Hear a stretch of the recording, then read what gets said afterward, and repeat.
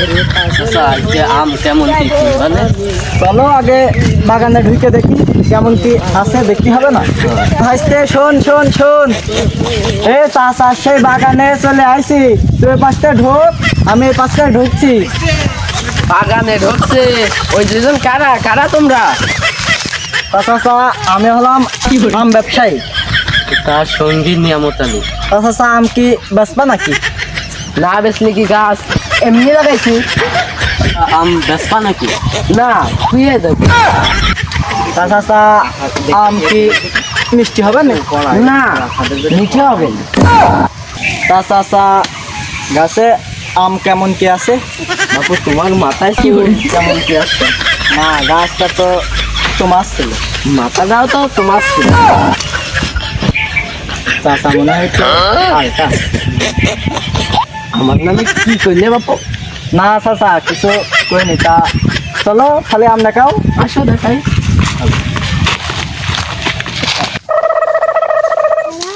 বাপু এইটা কি জানো? কি গো চাচা কি? যাই হোক দাম কেমন কি নিবানে? আগে জাতের নাম শোনো।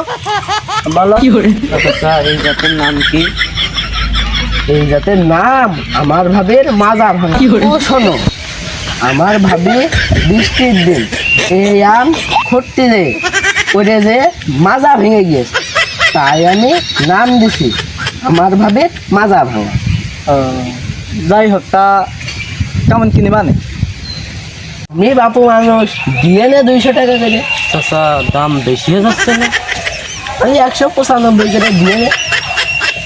তা যাই হোক, তোমারটাও থাক এরটাও থাক, আমারটা শোনো, বলো 150 টাকা কেজি নিও না।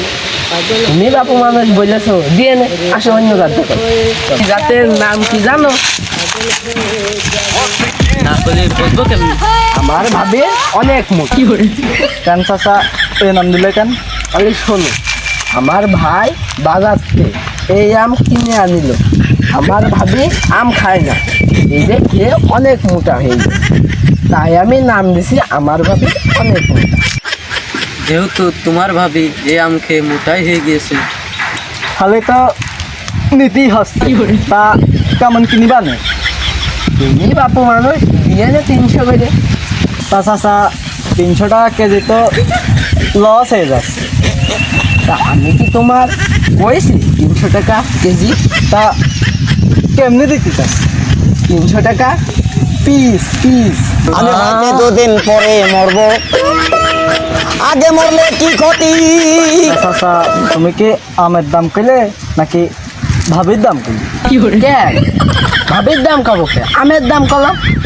আমের দাম যদি 300 টাকা পিস হয় তাহলে বেচবো কয় টাকা? তা ওই কম টম করে নিও নে, তুমি বাপু মানুষ 100 টাকা পিস দিবা নে। তুমি বাপু মানুষ কয়েছে যখন দিয়ে নে। তাহলে চলো অন্য গাছ দেখি। আসো।